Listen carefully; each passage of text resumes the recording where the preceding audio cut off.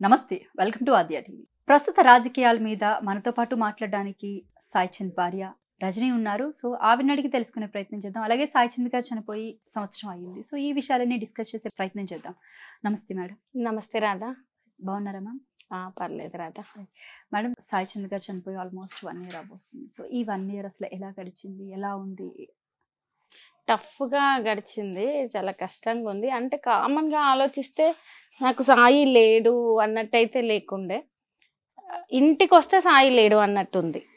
But ఏదైనా పనులు పెట్టుకొని బయటికి వెళ్ళినప్పుడు ఏదో పని చెప్పిండు, అది కంప్లీట్ చేయాలి ఆ వరకు. లేదు వాళ్ళు రిసీవ్ చేసుకునే విధానము కావచ్చు, నన్ను ఒక సిస్టర్లా భావించి వాళ్ళు తెలంగాణలో ఎక్కడికి వెళ్ళినా వాళ్ళు చూస్తున్న పద్ధతి కావచ్చు, అదంతా చూసినప్పుడు చాలా బాధ్యత ఉంది. చాలా సాయి నా మీద ఇంకా చాలా బాధ్యత పెట్టెళ్ళిండు.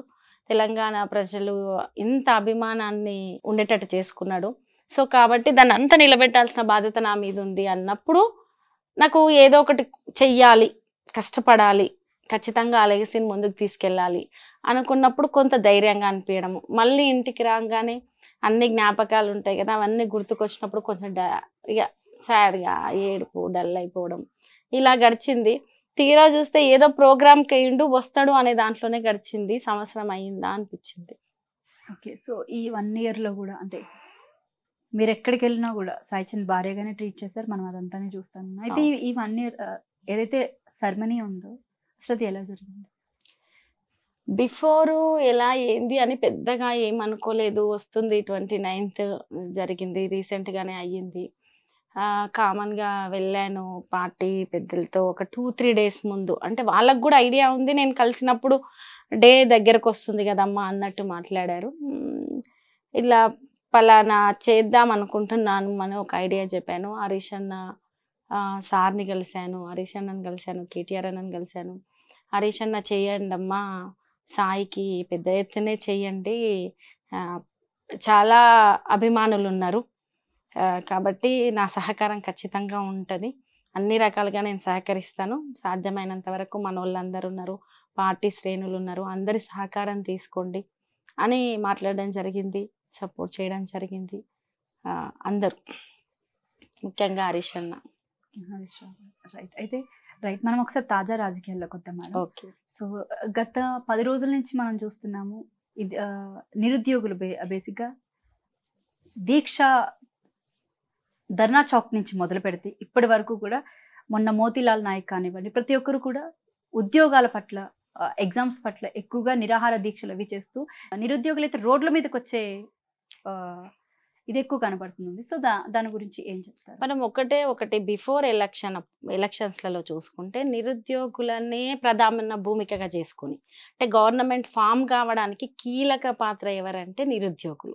సరే, బీఆర్ఎస్ ప్రభుత్వంలో కొన్ని చిన్నపాటి తప్పిదాలు జరిగినాయి, దాన్ని నెక్స్ట్ మేము సవరించుకుంటాము, నెక్స్ట్ జాబ్ క్యాలెండర్ రిలీజ్ చేస్తామని కేటీఆర్ అన్న కూడా అనేక సందర్భాల్లో ఎలక్షన్ ముందు, ఫర్దర్ ఎలక్షన్ తర్వాత మా ప్రభుత్వం వస్తే ఈ రకమైన ప్రణాళిక ఉంది మాకు నిరుద్యోగుల పట్ల, మొన్నటి వరకు కూడా మేము 1,30,000 పైచిలకు ఉద్యోగాలు ఇచ్చాము. కాకపోతే దాని గురించి ఎటువంటి ఏమంటారు, దాన్ని చెప్పుకునే ప్రయత్నంలో కొంత లోపం జరిగింది. తర్వాత ప్రైవేట్ రంగంలో కూడా, ఐటీ రంగంలో చాలా పెద్ద ఎత్తున ఉపాధి కల్పన అనేది మేము చేశాము అని చెప్పినప్పటికీ కూడా కొన్ని అక్కడక్కడ టీఎస్పీఎస్సీ విషయంలో అట్లా అక్కడక్కడ జరిగిన లోటుపాట్లను ఎత్తి చూపుతూ చాలా ప్రధాన భూమికగా నిరుద్యోగులను రెచ్చగొట్టే ప్రయత్నం చేసి, మీకు మా గవర్నమెంట్ ఫామ్ కాగానే జాబ్ క్యాలెండర్ రిలీజ్ చేస్తాము, మెగా డిఎస్సి వేస్తాము, గ్రూప్ 1 1:100% పెంచుతాము, ఈవెన్ గ్రూప్ 2 గ్రూప్ 3 పోస్టులు కూడా పెంచుతాము, మాది ప్రధాన భూమిక అనేది ఇప్పుడు కేసీఆర్ గారి ప్రభుత్వము. సరే, అప్పుడు ఏర్పడి రైతులు, వ్యవసాయము, నీరు అట్లా ఒక్కొక్క రంగం మీద కాన్సన్ట్రేషన్ పెట్టినా, వీళ్ళు మాత్రము కాంగ్రెస్ ప్రభుత్వం మాత్రం, రేవంత్ రెడ్డి మాత్రం నిరుద్యోగులు ఉద్యోగాలు, ఉపాధి రూపకల్పన ఇది మాత్రమే చెప్పి వాళ్ళని రెచ్చగొట్టి, ఇది ఖచ్చితంగా మేము వచ్చిన నెలలోపే చేస్తామని చెప్పి ఈ రోజుకు 6 నెలలు అవుతుంది. నిరుద్యోగులు రోడ్డు మీదకి వచ్చారు, విద్యార్థులు రోడ్డు మీదకి వచ్చారు, నిరాహార దీక్షలు చేస్తారు. అంతెందుకు, బిఫోర్ ప్రభుత్వంలో నోటిఫికేషన్స్ ఇచ్చి జాబ్ ఇచ్చిన వాళ్ళకి కూడా కాల్ లెటర్లు ఇచ్చి పోస్టింగ్ ఇవ్వని పరిస్థితి. అంటే పెద్ద ఎత్తున ఒక సభ పెట్టి అప్పటి 30,000 ఉద్యోగాలు అంతకుముందు ప్రభుత్వమే నిర్వహించిన నోటిఫికేషన్స్ ఇచ్చి నిర్వహించిన ఉద్యోగాలకు కాల్ లెటర్లు ఇచ్చినట్టే ఇచ్చి వాళ్ళకి ఇప్పటికీ ఎక్కడ ఉద్యోగాలు ఏంది అని తెలియజేయని పరిస్థితిని చూసాం. ఈవెన్ ఉద్యోగులకు శాలరీ ఇవ్వలేని పరిస్థితిని చూసాం. వాళ్ళు వచ్చి మోకాళ్ళ మీద నిలబడి ఇంటి ముందే రేవంత్ రెడ్డి గారు ఇంటి ముందే ధర్నా చేసిన పరిస్థితిని మోకాళ్ళ మీద నిరసన తెలిపారు. నిరుద్యోగులు రోడ్ల మీదకి వచ్చారు. ఇంతకుముందు ఫ్రెండ్లీ పోలీస్ అని మాట్లాడుకోలేం. తెలంగాణ పోలీస్కి ఒక ప్రత్యేకత ఉంటుంది. రాత్రి అయితే చాలు, రాత్రి 12 అయితే చాలు, ఒక్కరు రోడ్ మీద కనిపించినా సరే వాళ్ళని అంటే ఇంటి నుంచి గేట్ బయట నుంచినా కూడా ఎందుకు ఇక్కడ ఉన్నారనే ప్రశ్న లేవెత్తుతున్నారండి. అంతెందుకు ఉద్యోగుల విషయంలో నిరుద్యోగుల విషయంలో వాళ్ళు ధర్నాలు చేస్తుంటే అరే వీళ్ళని బేస్ చేసుకునే కదా మేము ప్రభుత్వం వచ్చింది, మరి మాకు పదవులు వచ్చినాయి, సీఎం అయినము, క్యాబినెట్ మంత్రులుగా కొంతమంది ఉన్నాము, అనేక మంది మేధావులు సపోర్ట్ చేశారు, మరి వాళ్ళందరూ ఈరోజు వచ్చి బయట మాట్లాడాలి. ఈవెన్ అటువంటి నిరుద్యోగులు ఈరోజు ధర్నాలు చేస్తుంటే పోలీసుల నిర్బంధం చూస్తున్నాం, లాక్కెళ్ళిపోతున్నది చూస్తున్నాం. నిరాహార దీక్షలు చేస్తుంటే కూడా చావు బతుకుల మధ్యలోకి వెళ్ళి వాళ్ళ అవయవాలు ఇప్పుడు మన మోతీలాల్ నాయక్ది అయ్యో చాలా ఇబ్బందికర పరిస్థితులు ఉన్నారు, వారం పైన అవుతుంది, అరే ఒక మనిషికి ఇట్లా అవుతుంది, తెలంగాణ బిడ్డ పరిస్థితి ఇట్లుంది అని కూడా ఏ మాత్రం ఒక చిన్న స్టేట్మెంట్ ఇవ్వడానికి కూడా మన సీఎం గారికి తీరిక లేదంటే. ధర్నా చౌక్ లో దీక్ష చేసినప్పుడు ఎవరు పట్టించుకోలేదు, ఆర్ కృష్ణ వచ్చి మాట్లాడినప్పుడు పట్టించుకోలేదు, అశోక్ సార్ వచ్చి మాట్లాడినప్పుడు పట్టించుకోలేదు, ప్రవీణ్ కుమార్ గారు వచ్చి మాట్లాడినప్పుడు పట్టించుకోలేదు. అండ్ అది కాకుండా అంటే నిరుద్యోగులు ఇంత మందితో ఇది చేసి అంటే ధర్నాలు చేసి పెద్ద ఎత్తున లేకపోతే నిరాహార దీక్షకి కూర్చున్నా కూడా మీరు అన్నట్టు రేవంత్ రెడ్డి ప్రభుత్వం ఇప్పటికొచ్చి సీఎం నోట్ అంటే మాత్రం ఈ విషయం బయటికి రాకపోవడం అసలు అంటే సీఎం గారికి ఎట్లా అంటే పెద్ద విషయాలు లేకుంటే తెలంగాణ ప్రజల విషయాలు పట్టించుకునే అంత తీరిక ఉన్నట్టు అనిపించట్లేదు. ఎందుకంటే చిన్న చిన్న పిఆర్ స్టంట్ ఒకటి కుమారి ఆంటీ విషయంలో ఓ స్టేట్మెంట్, అటువంటి విషయాల్లో అంత చురుకుగా స్టేట్మెంట్లు ఇచ్చిన సీఎం గారు మరి ఈ రోజు నిరుద్యోగులు లేనిది ఈ రోజు ప్రభుత్వం వాళ్ళది లేకుంటుండే. వాళ్ళకి ఇచ్చిన మాట ఏంటి, వాళ్ళకి ఇచ్చిన జాబ్ క్యాలెండర్ ఎటుపోయింది, వాళ్ళకి పెంచుతామన్న పోస్టులు ఎటుపోయినాయి, అసలు వాళ్ళు అడిగే దాంట్లో న్యాయం ఉంది కదా. మీరు ఆ రోజు అంటేనే కదా మేము ఇది చేస్తాము, మా ప్రధాన మేనిఫెస్టోలో భాగంగా ఇది ఉందని పైనున్న కేంద్రంలో ఉన్న కాంగ్రెస్ పెద్దలు కూడా వచ్చి మరీ చెప్తేనే కదా నిరుద్యోగులందరూ ఇంటింటికి ఊరు తిరిగి మరీ మీకు పట్టం కట్టారు. మరి అటువంటప్పుడు వాళ్ళ ఉద్యోగ రూపకల్పన గురించి మళ్ళీ మీ చిత్తశుద్ధి ఎక్కడిది ఏది అనే విషయము ఒక్క చిన్న మాట మీరు చింతించకండి, లేకుంటే పలానా టైంకి ఇది చేస్తున్నాము, ఖచ్చితంగా మాకు చిత్తశుద్ధి ఉంది, అయ్యో ఎందుకు నిరాహార దీక్ష చేస్తారు, దీక్ష విరమించండి, ఏ ఒక్క కాంగ్రెస్ లీడర్ కూడా దాని గురించి మాట్లాడట్లేదు ఈ రోజు వరకు. అదే కాక ఢిల్లీకి ప్రతిసారి ఇప్పటికి 17 సార్లు ఢిల్లీకి వెళ్ళిన సంగతి చూస్తూనే ఉన్నాం. ఆ వెళ్ళేటప్పుడు ఒక చిన్న మీడియాకు స్టేట్మెంట్ ఇస్తే ఏముందండి, ఒక చిన్న క్యాబినెట్ ఎన్నోసార్లు కూర్చుంటుంది, అనేక విషయాల గురించి సమీక్షలు చేస్తున్నామంటారు. మరి నిరుద్యోగుల గురించి ఏం సమీక్ష చేశారు, ఏం చేయదలుచుకున్నారో ఒక్క మాట చెప్తే ఏం పోతుంది. ఇక్కడ యువత నిరుద్యోగులను నిజంగా చెప్పాలంటే వాళ్ళను ఒక ఎర్రజూపి ఈరోజు ప్రభుత్వంలోకి వచ్చినట్టయితే ఉంది. ఈ ప్రభుత్వం ఎట్లుంటుందో చూస్తామని చెప్పి మాట్లాడుతున్నారు. ఈరోజు ఉస్మానియా క్యాంపస్లో కావచ్చు, కాకతీయలో కావచ్చు, పాలమూరు యూనివర్సిటీలో కావచ్చు, ఇందిరా పార్క్ దగ్గర కావచ్చు, మేము బయటకు వచ్చి మేము ప్రచారం చేస్తే, మీ మాయ మాటలు నమ్మి మేము బయటకు వచ్చి చేస్తే మీరు గద్దెనెక్కిర్రు. ఈరోజు మేము బయటకు వచ్చినాము, మేము నిలదీస్తున్నాం, మీరు మా పట్ల స్పందించకపోతే మీరు రాజకీయాల్లో ఎట్లుంటారో చూస్తాం, మీరు పదవుల్లో ఎట్లుంటారో చూస్తాం, మహా అంటే మీరు ఉండేది 5 ఏళ్ల కాలం పాటు కదా, ఆ తర్వాత మా తడాకేందో చూపిస్తాం ఓటు రూపంలో అని కూడా చెప్తున్నారు. కాబట్టి ఇప్పుడు ఇంతకుముందు బీఆర్ఎస్ ప్రభుత్వము ఉద్యమ సందర్భంలో వేరు, ఉద్యమ సందర్భంలో కేసీఆర్ గారు అంటే మేడం ఇంకొక విషయం కూడా చూసుకున్నట్లయితే కనుక నిరుద్యోగులు ప్రధానంగా కాంగ్రెస్ పార్టీకి ఓట్ వేయడానికి రీజన్ కోదండ రామ్ లేకపోతే బల్మూరి వెంకట్ ఇలాంటి వాళ్ళంతా వెళ్ళి ప్రజల్లోకి వెళ్ళి బాగా ప్రచారం చేయడం జరిగింది. ఇప్పుడు వాళ్ళకి ఎమ్మెల్సీ పదవులు కూడా వచ్చాయి, కానీ దీని మీద వీళ్ళు అసలు ఎందుకు మాట్లాడకపోవడం, అసలు దాని గురించి ఏం చెప్తారు మీరు? కాంగ్రెస్ ప్రభుత్వ తీరే అదండి. ప్రభుత్వము ఫామ్ చేసే వరకు చెప్పలేనని హామీలు ఇవ్వడము, అంటే ముఖ్యంగా రాష్ట్రంలో అయితే ఇంకా భయంకరంగా ఉంది పరిస్థితి. రాష్ట్రంలో కాంగ్రెస్ పరిస్థితి వాళ్ళు మాట్లాడేది ఒకటి ఉంది, చెప్పేది ఒకటి ఉంది, గవర్నమెంట్ ఫామ్ అయిన తర్వాత చేసేది ఒకటి ఉంది. ఇంకొకటి ఇదే కాంగ్రెస్ ప్రభుత్వం కావచ్చు, ఇదే రేవంత్ రెడ్డి గారు కావచ్చు, మీరన్న బల్మూరి వెంకట ఎవరైనా సరే ప్రతిపక్షంలో ఉన్నప్పుడు ప్రతి అంశానికి, ప్రతి చిన్న అంశానికి కేసీఆర్ గారిని అదే పని పెట్టుకొని విమర్శించిన వీళ్ళు ఈరోజు ఆ సీటు మీద కూర్చున్నాక వీళ్ళకు పని చేయడం ఎంత కష్టము, ఎంత నిబద్ధత ఉండాలి, చెయ్యాలంటే దాని పట్ల ఎంత ఓపిక, నిబద్ధత, దక్షత ఉండాలో వాళ్ళకి ఇప్పుడు అర్థమవుతుంది. వాళ్ళకి అది లేదు. అది ఉన్న కేసీఆర్ గారిని పని పట్టుకొని విమర్శించిర్రు. తెలంగాణను అస్తవ్యస్తంగా చేసిర్రు. మళ్ళీ వాళ్ళవి సరిదిద్దుకోవడానికి వాళ్ళ బీఆర్ఎస్ పార్టీ మీద, కేసీఆర్ గారి మీద, కేటీఆర్ గారి మీద, హరీష్ రావు గారి మీద ఏదో ఒకటి దుమ్మెత్తి పోసే పని పెట్టుకుంటుర్రు. వీళ్ళకు పని మీద చిత్తశుద్ధి లేదు. వీళ్ళు హామీలు ఇచ్చింది ఎంతసేపు మేము అధికారంలోకి వస్తే చూద్దాం 5 ఏళ్ల తర్వాత అనే దానికోసమే వాళ్ళ హామీలు ఇచ్చిర్రు.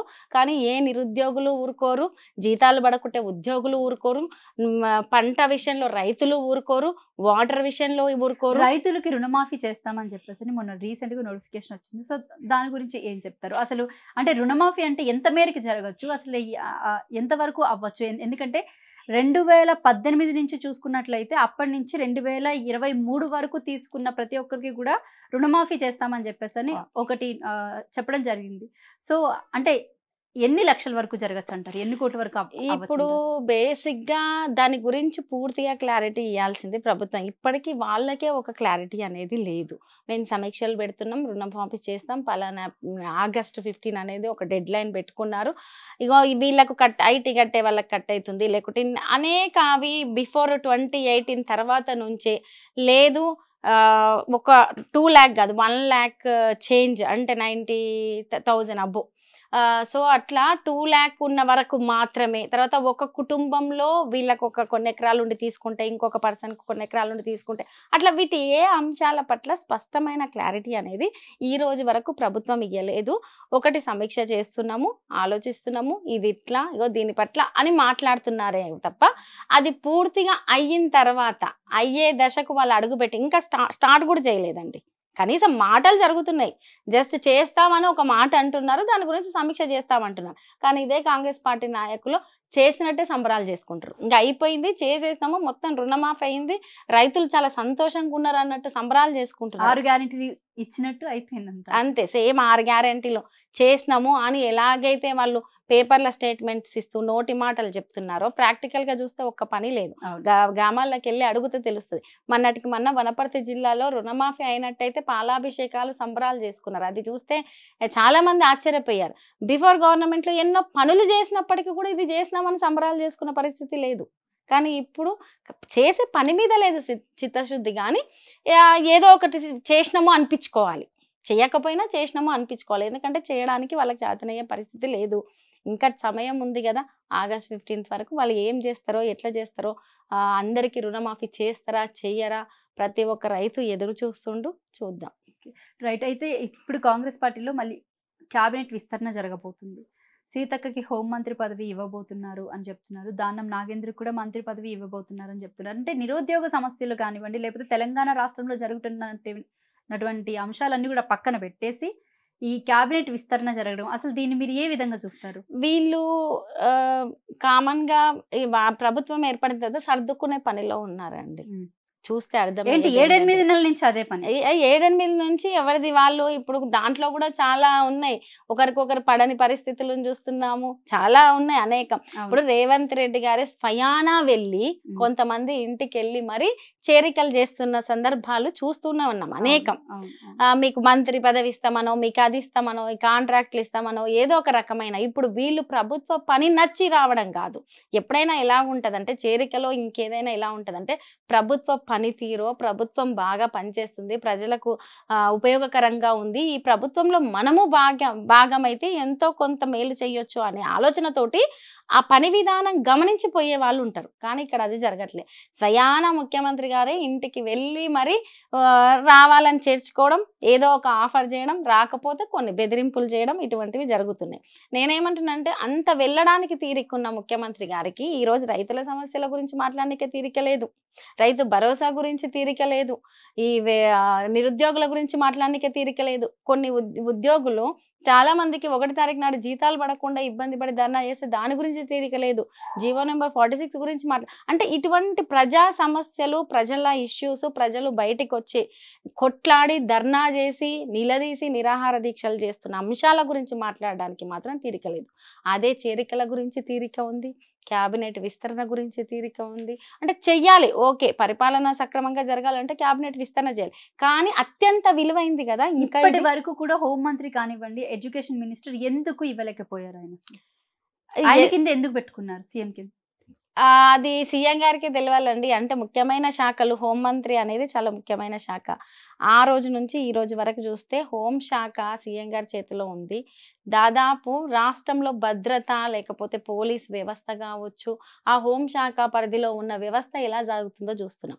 హైదరాబాద్‌లో బైక్ రేసింగ్‌లు, కార్ రేసింగ్‌లు అంటే ప్రతీదీ ఈరోజు కొత్తగా నేను చెప్పడం కాదండి. సోషల్ మీడియా వేదికగా కావచ్చు, ప్రతి ఒక్కరి చేతిలో సెల్ ఫోన్ ఉంది. ఎక్కడ ఏం జరిగినా వీడియో తీస్తున్నారు, పెడుతున్నారు. అత్యాచారాలు జరుగుతున్న సందర్భం చూస్తున్నాం. మొన్న చెంచు మహిళ మీద జరిగిన దారుణ హింస చూసాము. 6 ఏళ్ల పాప మీద జరిగింది చూసాము. హైదరాబాద్‌లో చూస్తే దాదాపు బైక్ రేసింగ్‌లని, కార్ రేసింగ్‌లని అట్లా ఒక రకంగా యువతంతా తప్పుదారి పట్టుతున్న పరిస్థితిని చూస్తున్నాము. భూ తగాదాల పేరుతో చంపుకోవడాలు, దాడులు చేసుకోవడం అంతెందుకు ముఖ్యమంత్రి గారి జిల్లా అయిన ఉమ్మడి పాలమూరు జిల్లాలోనే జరుగుతున్నాయి గదండీ! దరూర్ మండలం గద్వాల దగ్గర జరిగింది. కొల్లాపూర్‌లో జరిగినాయి. హత్యలు ఈ జరుగుతున్నాయి. రోజు ప్రజావాణిలో కూడా ఒక వ్యక్తి పురుగుల మందు తెచ్చుకొని, అంటే మహబూబ్ నగర్ జిల్లాకి చెందిన వ్యక్తే పురుగుల మందు తెచ్చుకొని ఇలాగ చేయడం జరిగింది. దాని గురించి ఏం చెప్తారు? మొట్టమొదట ప్రభుత్వం ఏర్పడినప్పుడు ఒకటే మాట చెప్పారు. మాది ప్రజా పాలన. ప్రజల కోసం ఏర్పడిన ప్రభుత్వం. ఇన్నాళ్ళు ఏదో ప్రజా సమస్యల తీరలేదు. మొత్తం ఈరోజు మేమొచ్చి ప్రజా సమస్యలను తీర్చే పనిలో పడ్డాము. మాకు చాలా నిబద్ధత ఉంది. కాబట్టి మేము ప్రజావాణి కార్యక్రమాన్ని పెట్టాము. దాదాపు తెలంగాణలో కంచెలు బద్దలైపోయినాయి. స్వేచ్ఛా ప్రభుత్వం వచ్చింది. మీరు రావాలి, మీ సమస్యలు చెప్పుకోవాలి. మేము ప్రతిసారి ప్రజలకు అందుబాటులో ఉంటామని చెప్పుకున్నారు. కానీ ఈ రోజుకి చూస్తే ఖమ్మంలో ఒక రైతు ఆత్మహత్య చేసుకున్నారు తన భూమి విషయంలో. ఈ రోజు వరకు స్పందన లేదు. ఈవెన్ మీరు అన్న ప్రజావాణి కార్యక్రమంలో మహబూబ్ నగర్ జిల్లాకి సంబంధించిన ఐజా మండలంలో ఉన్న ఒక రైతు నేను ఆత్మహత్య చేసుకుంటున్నా సమస్య తీరకుంటే అని చెప్పి పురుగుల మందు తెచ్చుకొని, అంటే లోపలికి పురుగుల మందు తెచ్చుకున్నారు అంత సెక్యూరిటీ మధ్యలో కూడా. అంటే మీరు ఆలోచించండి ప్రజాపాలన ఎట్లా సాగుతుంది ఏంటి అనేది. ఈవెన్ ప్రజావాణి కార్యక్రమం అంటే ఆడెవ్వరు అందుబాటులో సరిగ్గా లేరని, అది 1 రోజు 2 రోజులు ఏదో తూతూ మంత్రంగా జరిపినట్టు, మీకు మెసేజ్ వస్తుంది, మేము ఇన్ఫర్మేషన్ ఇస్తాము, సమస్యను తీరుస్తామని తర్వాత ఎవ్వరు ఎన్నిసార్లు తిరిగినా కూడా పట్టించుకోలేని పరిస్థితి ఉందని అంటే రాష్ట్రంలో పాలన సాగుతుందా, సాగుతలేదా, ఏం జరుగుతుంది? ఇచ్చిన 6 హామీలు ఎటు పోయినాయి? అసలు ఈ రైతులు ఏంది, రైతు భరోసా ఏంది, ఆ వ్యవసాయం ఏంది, అంటే ఏది, నిరుద్యోగులేంది, ఉద్యోగ రూపకల్పన ఏంది, ఏ విషయం పట్ల స్పష్టత లేని అవగాహన రాహిత్యమైన ప్రభుత్వాన్ని చూస్తున్నాం. అసెంబ్లీ సాక్షిగా కేసీఆర్ గారు ఒక మాట అన్నారు ఇంతకుముందు. బిఫోర్ ఉద్యమ సందర్భంలో మాట్లాడడం వేరు, ప్రభుత్వంలో ఏర్పడిన తర్వాత బాధ్యతగా మాట్లాడడం, పని చేయడం, హామీ ఇవ్వడము, మేనిఫెస్టోను రూపకల్పన చేయడం వేరు. నేను ఈ అసెంబ్లీ సాక్షిగా చెప్తున్నాను, నేను చెప్పేదే చేస్తాను, చేసేదే చెప్తాను. ఏదంటే అది మా మేనిఫెస్టోలో ఉండదు. ఈవెన్ చెప్పింది మాత్రమే ఇప్పటి వరకు, అవసరమైతే చెప్పిన దానికంటే ఒకటి ఎక్కువనే చేశాను కానీ చెప్పేదే చేస్తున్నాను తెలంగాణలో అని చెప్పారు. మొన్న ప్రభుత్వం ఏర్పడేదానికంటే ముందు కూడా ఎన్నన్నా చెప్పొచ్చండి హామీలు, కానీ అలా ఇయ్యలేదు బీఆర్ఎస్ పార్టీ. ఇది మాత్రమే సాధ్యమవుతుంది, ఇంతవరకు మాత్రమే చేయగలుగుతాం, ఇది నిరంతర ప్రక్రియ, ఇలా చేసుకుంటూ పోదామని చెప్పి ప్రజల దగ్గరికి వెళ్ళాం. ఇలా హామీలు ఇచ్చి ఖచ్చితంగా చేస్తాము మేము, ఇగో రెచ్చగొట్టే విధంగా వ్యాఖ్యలు చేయడము, ఈ రకంగా చేశారు. అధికారంలోకి వచ్చారు, వచ్చిన తర్వాత పట్టించుకోవట్లేదు. రైట్. అయితే మరొక విషయానికి వస్తే కనుక పాడి కౌశిక్ రెడ్డి అరెస్ట్ విషయం గురించి మీరు అసలు ఏం చెప్తారు? ఒకటండి, ఒక పాడి కౌశిక్ రెడ్డి గారనే కాదు, సోషల్ మీడియా వేదికగా కావచ్చు మన క్రిషాంక విషయంలో అంటే అనేక మంది తప్పుడు అవాస్తవాలను పెట్టేది వాళ్ళు, ప్రచారం చేసేది వాళ్ళు, దాన్ని క్వశ్చన్ చేస్తే. ఎందుకంటే ప్రతిపక్షంలో ఉన్నా లేకుంటే ప్రజలైనా ఎవరైనా, ప్రతిపక్ష నాయకులైనా సరే, ప్రతిపక్షంలో ఉన్న ఎమ్మెల్యేలైనా సరే, ప్రజలైనా సరే, ప్రజాస్వామ్యంలో ఏదైనా అడిగే హక్కు ఉంది. ఒకటి అడిగారు, కేసీఆర్ గారి కిట్టులు ఆపేయడం వల్ల చాలా ఇబ్బందికర పరిస్థితి ఉంది కాబట్టి ఇవ్వండి, మీరు పేరు మార్చినా మాకు పర్లేదు, ప్రజలకు ఉపయోగపడే పని చేయండి అని అడిగారు. అడిగినంత మాత్రాన కేసులు. ఈవెన్ ఏదన్నా ఒక పోస్ట్ వాళ్ళు పోస్ట్ చేసిన దాన్ని రీపోస్ట్ చేస్తే కేసులు. అంటే నిర్బంధం ఎంతసేపు, ఎక్కడ చూసినా ఒక హైదరాబాద్లోనో లేకపోతే ఒక హుజూరాబాద్లోనో కాదు, ఎక్కడ చూసినా కింది స్థాయి కార్యకర్తల మీద కూడా నిర్బంధము, కేసులు చేయడము, వాళ్ళు పోయి రావడం కూడా చూస్తున్నాము. ఇది ప్రజలు గమనిస్తున్నారు. ఇటువంటి చర్యలు అస్సలు మంచి చర్యలు కావు. భవిష్యత్తులో ఖచ్చితంగా మళ్ళీ బీఆర్ఎస్ పార్టీ అధికారంలోకి వస్తుంది, ప్రజలకు సేవ చేసే దిశగా ఉంటుంది. మరి దాన్ని అన్నిటినీ మీరు దృష్టిలో పెట్టుకొని క్వశ్చన్ చేసిన ప్రతి ఒక్కరిని మీరు ఏదో ఒక రకంగా చేసుకుంటూ పోతే ప్రజలు గమనిస్తారు కదా, మరి వాళ్ళే కదా రేపటి నాయకులు, మరి వాళ్ళు గమనిస్తుంటారు కదా. పోచారం శ్రీనివాస్ రెడ్డి కానివ్వండి, లేకపోతే కాళే యాదయ్య, మిగతా వాళ్ళంతా కూడా అంటే చాలా మంది పార్టీ మారడం జరిగింది. సో దీన్ని మీరు అసలు ఎలా చూస్తారు? ఒకటండి, ఈ రోజు వరకు ఎప్పుడైతే బీఆర్ఎస్ పార్టీలో అవకాశాలు పొందిన నాయకులు మాత్రమే పార్టీలు మారుతున్నారు. అంటే అది అవకాశవాద మార్పుగానే నేను చూస్తాను. అదే కష్టపడ్డ వాళ్ళు, కార్యకర్తలుగా ఉన్న వాళ్ళు, తెలంగాణ మీద ఇష్టంతో కష్టపడ్డ వాళ్ళు, పార్టీకి బలంగా పనిచేసిన వాళ్ళు ఏ ఒక్కరు కూడా లీడర్లు మారినంత మాత్రాన క్యాడర్ మారతలేరు, కార్యకర్తలు మారతలేరు. వాళ్ళు ఈ పార్టీలో ఉండి ఈ పార్టీలో లబ్ధి పొందారు అంటే, లబ్ధి మీన్స్ ఏవో ఒక అవకాశాలు పొందారు, రాజకీయ అవకాశాలు పొందారు. మళ్ళీ ఆ పార్టీలో ఒక అవకాశం నిలుపుకోవడానికి కావచ్చు, ఇంకా లబ్ధి పొందడానికి కావచ్చు వెళ్తున్నారు. ఇటువంటి నాయకులను ప్రజలే విస్మరించాలండి ముఖ్యంగా చెప్పాలంటే. ఒకటి. రెండవది, ఈ రోజు అనేకం ఉన్నాయి. ఇప్పుడు సీఎం గారే స్వయానా వెళ్ళి చేర్చుకుంటున్నప్పుడు చేరికలు, నేను చెప్పాను ఇంతకుముందు, చేరికలు అనేవి ఉంటాయి. ఎలా ఉండాలంటే పనిని చూసి ఉండాలి. కానీ అలా కాదు, మీకు ఇది ఇస్తామని అది ఇస్తామని ఆఫర్లు, వాళ్ళందరినీ నేను అవకాశవాదులుగానే చూస్తాను. కార్యకర్తలు, పార్టీని నమ్ముకున్న వాళ్ళు, తెలంగాణ మీద ప్రేమ ఉన్న వాళ్ళు ఎవరు మారతలేరు. వాళ్ళే భవిష్యత్తు నాయకులు.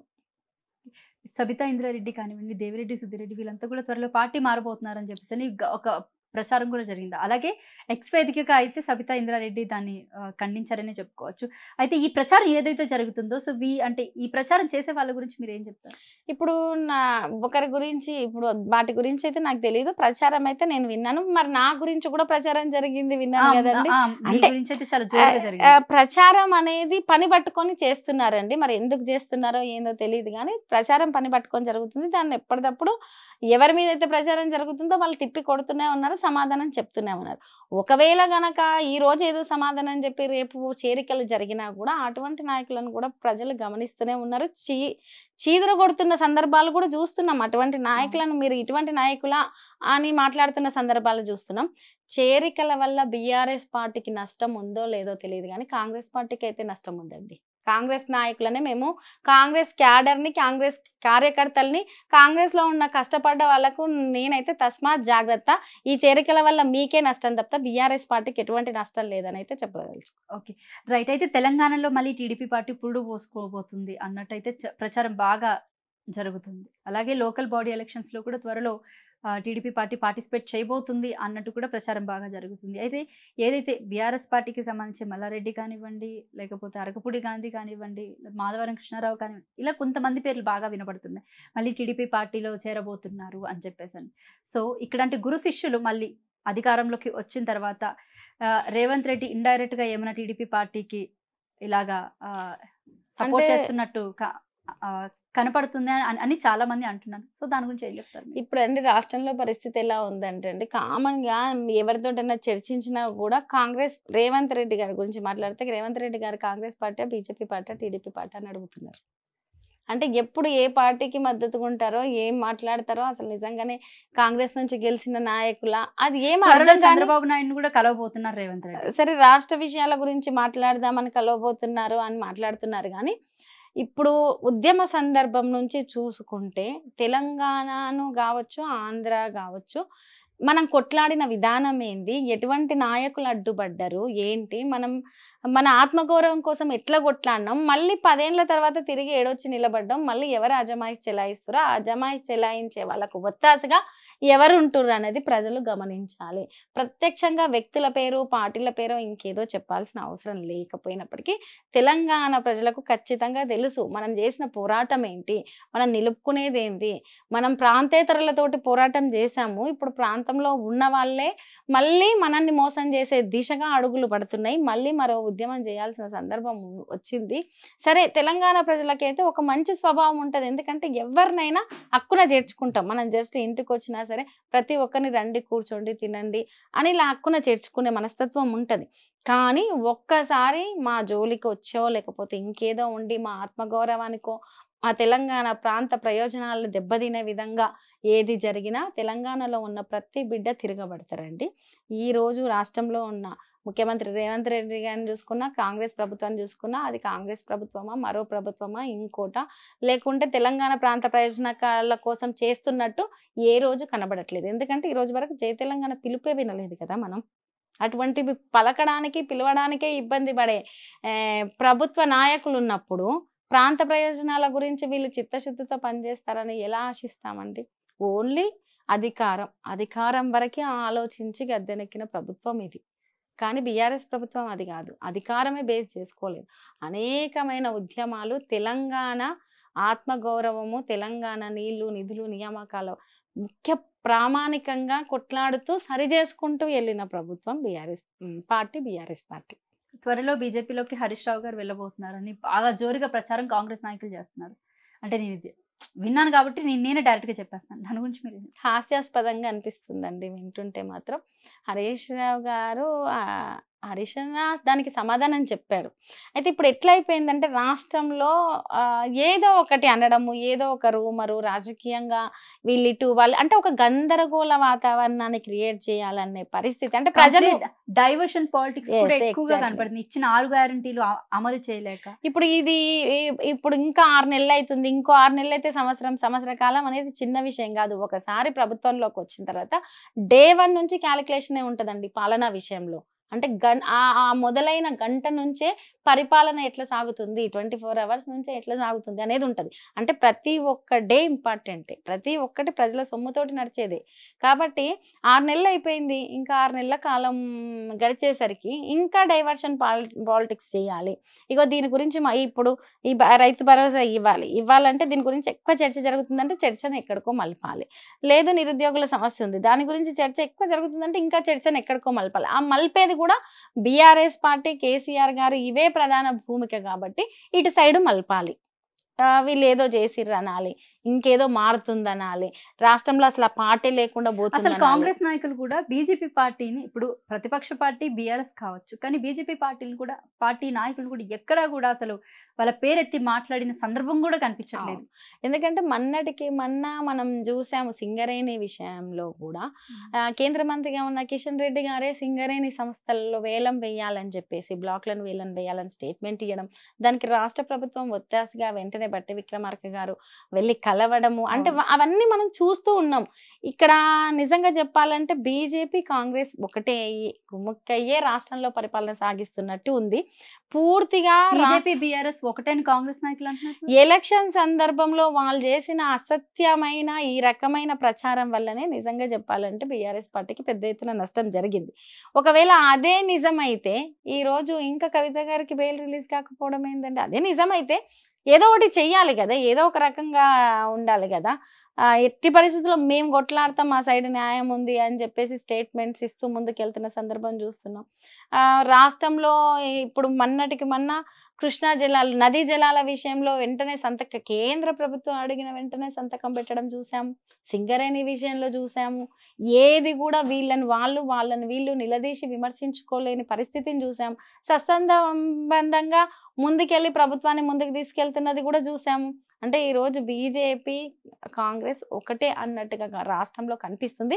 దేశంలో మాత్రం మళ్ళీ ఆ పరిస్థితి లేదు. దేశంలో పరిస్థితి వేరే రకంగా ఉంది. దేశంలో కాంగ్రెస్ పార్టీ దేశంలో ఉన్న బీజేపీ పార్టీని నిరుద్యోగుల విషయంలో విమర్శిస్తుంది, ఇంకో విషయంలో విమర్శిస్తుంది, అనేక అంశాల్లో విమర్శిస్తుంది. కానీ రాష్ట్రంలో పరిస్థితి అలా లేదు. రైట్. సో చివరిగా ఏంటంటే మేడం, మీరు భవిష్యత్ కార్యాచరణ అసలు ఎలా ఉండబోతుంది బీఆర్ఎస్ పార్టీలో?